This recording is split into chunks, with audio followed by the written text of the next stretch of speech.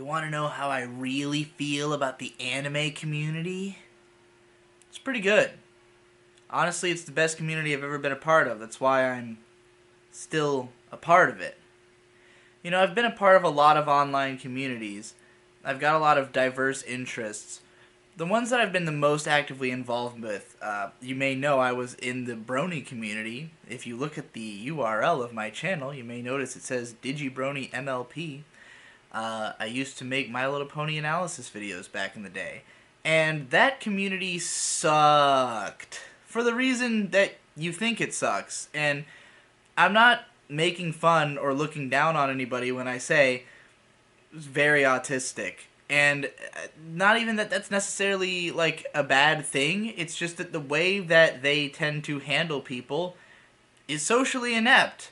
If you were to say leave the Brony fandom, by which I mean stop talking about the show exclusively, you would get like just utterly reamed by the community. If you said anything negative about the show, like I did an analytical show. You know, like my thing was that I was analyzing My Little Pony so, in a critical lens. So obviously I'm not always going to have nothing but positive shit to say about it. But the thing about the Brony community is that it is very much a hug box, and for good reason, because the people who are involved with it, first of all, to even like My Little Pony as an adult means that you're probably seeking comfort in the show.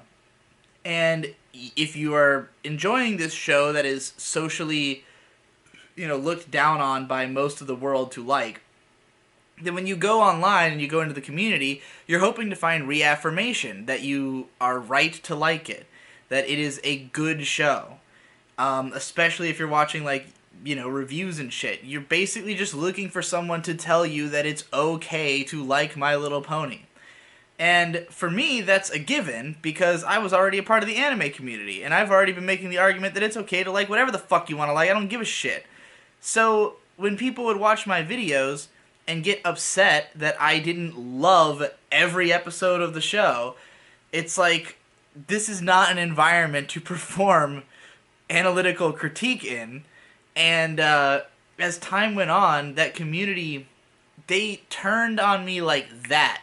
As soon as they perceived me as either harshing on the show, which I never really did, I was always adamantly a defender of the show overall. I liked every season of it. There were just certain episodes I didn't like as much. I even gained a reputation as having turned on the show for having written a middling review of the last episode of season 4. It wasn't even a negative review. Just a middling review of the last episode became an infamous treatise against the show somehow. And then the fact that I stopped talking about it, I was treated like I had somehow majorly burned a bridge with this community that there were no analysis channels for My Little Pony before I got into the community. And by the end of the first year of me being in there, there were hundreds. At least 100.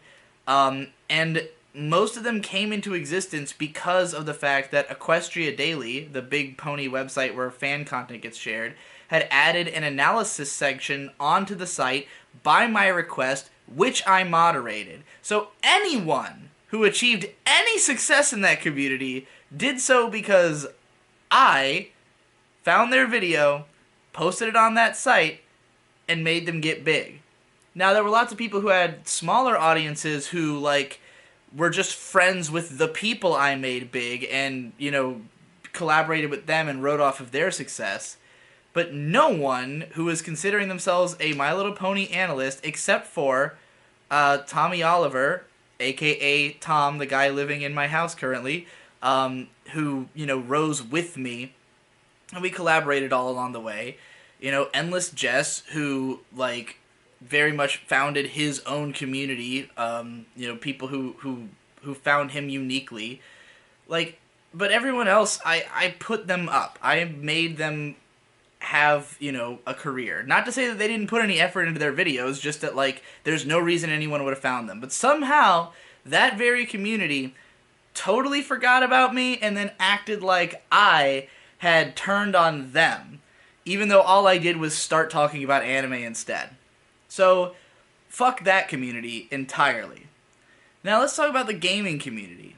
I tried to break into doing video game reviews and analysis, and the gaming community is unfathomably judgmental. They would accuse me of just not having played the game correctly if I had criticisms of the game and the way that it's structured. The fact that this is even an argument that can exist is a huge problem. And everyone who does games criticism basically has to get people to even understand what criticism is in the first place and like understand the mechanics of criticism before they can even open their mouth about talking about games. It's a fucking nightmare. And it's a huge community that is totally decentralized. Like considering it even a community is kind of, it's kind of foolish because like none of them, there's no unifying identity. Most people play video games, so to call yourself a gamer is just like grouping yourself in. It's like saying you're a human, basically. And there's just so many parts of that community that are so fucking bitter and angry. And it's like there's weird gatekeeping within it of like, oh, you have to be hardcore. And it's like there's nothing unique or special about being a hardcore gamer. Like, it just means that you've wasted more of your life doing this thing, and that's fine. Like, I don't think there's anything special about being a hardcore anime fan either. Like, it just means that you are capable of talking about it in more depth. Is that admirable? You're the one who wasted your time doing it. Like, it's talking to myself even. So in the anime community, there's a lot more of a sense that the people who are deeply embedded into it want to bring other people there. And this isn't always true. There are some people who are like, who like, for instance, like JoJo manga fans who really just want to, like, they just want the anime babies to fuck off. And that's understandable. There's always going to be people like that in any community. But for the most part, I've always found that when you tell an anime fan that you don't know that much about anime and you express an interest in learning more, they will help you learn more.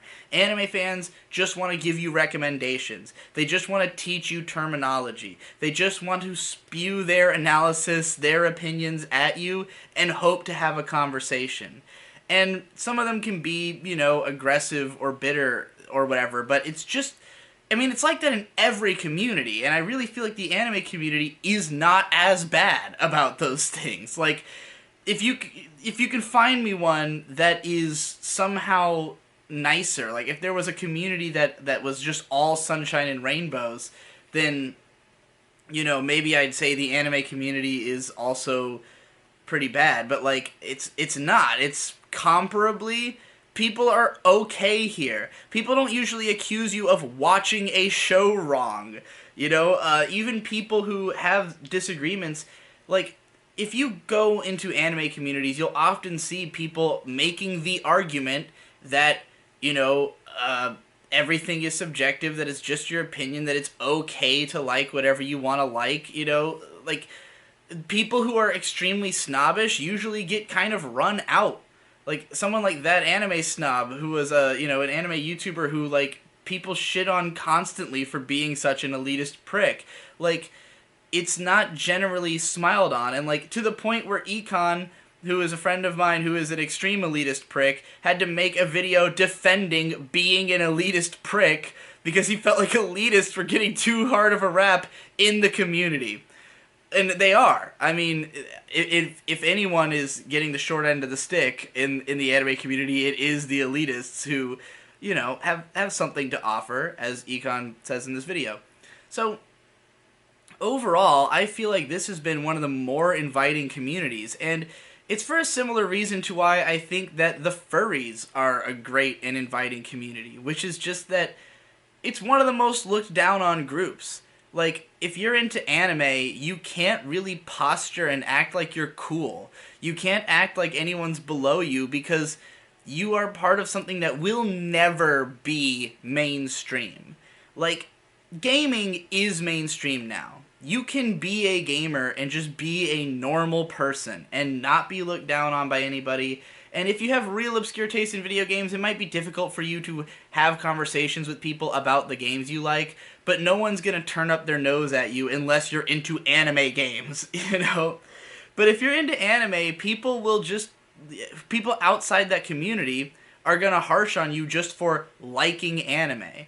And so there's a certain kinship between people who like anime, because whether you're at one extreme or the other of how deep in you are, like there's an understanding that all of us got here for a reason, that we're all social rejects. You have to be into this thing because society rejects this thing. If you like any anime besides a Hayao Miyazaki film or a Ghibli film in general, I guess, then you are not enjoying socially accepted media.